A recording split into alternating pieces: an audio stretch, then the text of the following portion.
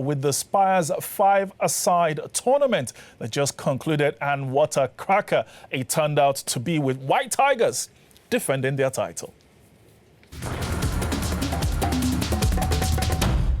Lagos Island-based football club White Tigers made history by emerging back-to-back champions of the Spires five-a-side street soccer tournament. The champions thrashed Papa SA Football Club of Ekpe in an overwhelming one-sided match that ended 4-0 at the Stable Sports Centre in Surulere. Papa SA pressed early, testing the White Tigers' defense with sharp passes and quick footwork.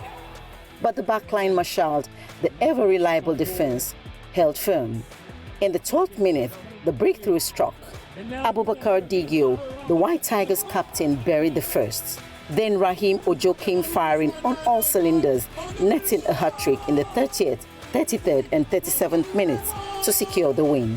I will say thank God first for the game, because this game is a very tough game. Because if you see watch all these guys, they are better side if you watch, because they didn't lose any of the match till we enter this final. At least my team, we draw one match. But if you watch how the game first half, the game was tight. But when we go back to the second half, then we take our chances and we use the game chances. I would just say it's a fine, good game we played today. It was an interesting one. At first, I believe my opponent is a very strong side. They are the champions of their own division. But I just believe in my players. I know I just told them that when you get to the pitch, they are a strong side. If you go there, just gain possession of the ball. Make sure you don't lose the ball and use your opportunities. So that's what I just told them. So we were just allowing them to play, then utilize our chances. That was just it. In the third place match, Greater Tomorrow, also from Lagos Island, triumphed over Checkers United from Badagry 3-1. Bada Moses netted the first two goals for Greater Tomorrow, and Ismaila Adebayo secured the victory with a goal in the 38 minutes. Checkers United managed a consolation goal, ending the match 3-1. We worked for it, we worked hard for it, we trained, we did everything we could, then we come out to play, then we won. I thank God my team scored close to 25 goals in the group stage, but later on we lose our match in the semi-final. But I thank God today match, we win the top place, we go with 1 million naira. Thank you very much, side. Dr. Bankole Alibe, the tournament initiator, stated that Spires will continue to uphold standards as they aim to make a difference. Quite challenging and quite rewarding, because it gives us new perspective into what exactly is available when it comes to the football ecosystem in Nigeria, and particularly the related services in terms of the jersey production, in terms of the pitch production, in terms of the different activities, including food, which is something that we always underestimate when it comes to street soccer in the country. So it's been a lot of learning, and the uniqueness about the year's tournament is the fact that we're able to now introduce what we call the Sport Meet Tech component, which means that we're able to train these young people, not just on the field of play, but out of the field of play. Particularly this year, we focused on information technology, particularly training the people on graphic design, Microsoft Office productivity tools, cyber security, artificial intelligence, and so on and so forth. Of course, it's the introduction, but it gives them an idea of what is possible when it comes to winning outside the pitch of play and having a lifelong skill. Spires approached it holistically. Play football, get rewarded for your passion, also learn so that you add value to yourself and you can go out in turn and impact society. So 2025 took it to another level, and that is the very essence of Spires five-a-side. Ojo Rahman finished as this season's top scorer with 14 goals, and he also emerged as the MVP of the tournament. He received 500,000 naira for both awards. Coach Emmanuel Olom of the White Tigers received 250,000 naira as the tournament's best coach. The Golden Glove Award went to Papa SA's goalkeeper, Sadiq Ridwan, who also received a cash prize of 250,000 naira. It was a whole long, more than 2-3 weeks or thereabout, almost a month of activities with regards to the Spires five-a-side football tournament. And I'm excited to have the PR manager of Spires Media with us here, Victor Otta. And Victor, I guess you have to run us through how things turned out and culminated in the finals we just witnessed now. Before the finals actually came to being, we had the divisional rounds take place in Ikorodu, Ekpe, the 5 major divisions of Lagos. And we had to have them produce 3 champions to represent each divisions at the state level. Like you see, but at the end of the day, we needed 16 teams to qualify. So we had the best loser, which came from another division, that is the Ekpe division, being Pekin's FA, who progressed as the best loser, making it 16 teams that would compete for the state championship we just witnessed.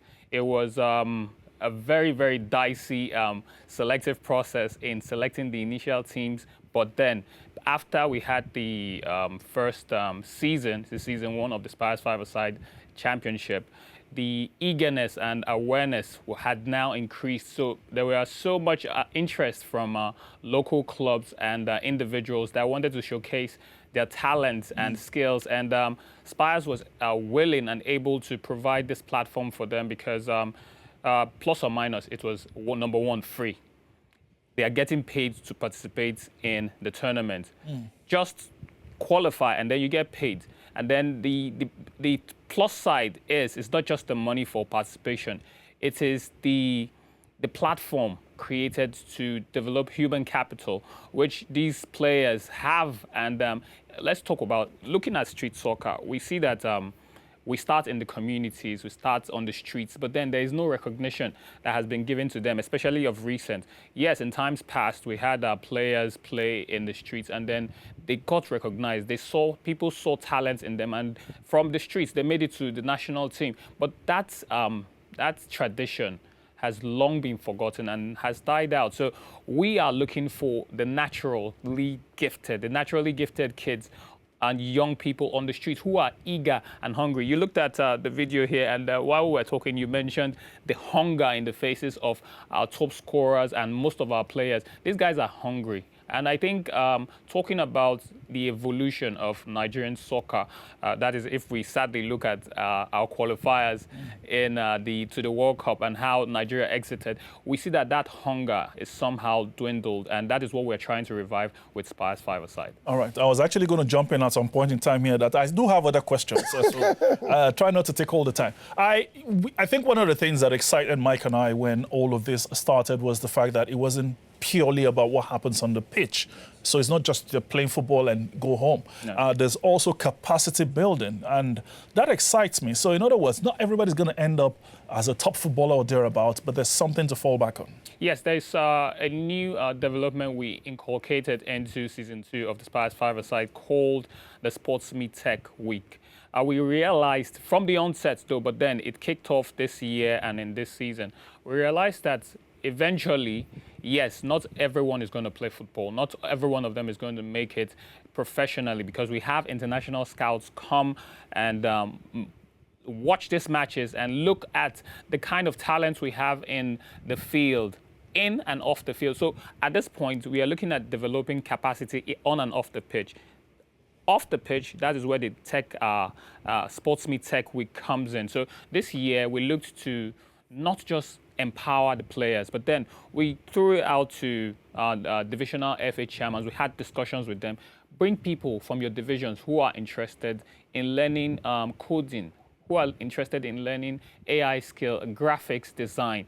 It was very exciting because young people showcased interest, because it's a world that is diversifying, and as the world diversifies, we are looking to help them learn these new skills that will help them in the future.